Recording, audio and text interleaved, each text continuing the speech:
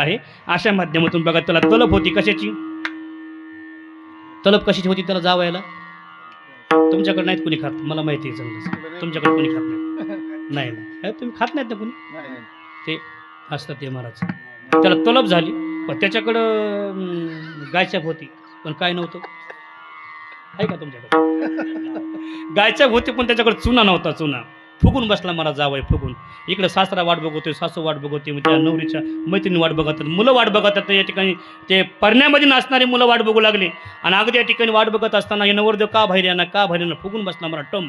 नवरदेव असा फुगवतो महाराज. आणि सासर या ठिकाणी सासूरचे पुढे गेले, हो जाबाई का माझी इज्जत घालता माझ्या गावामध्ये.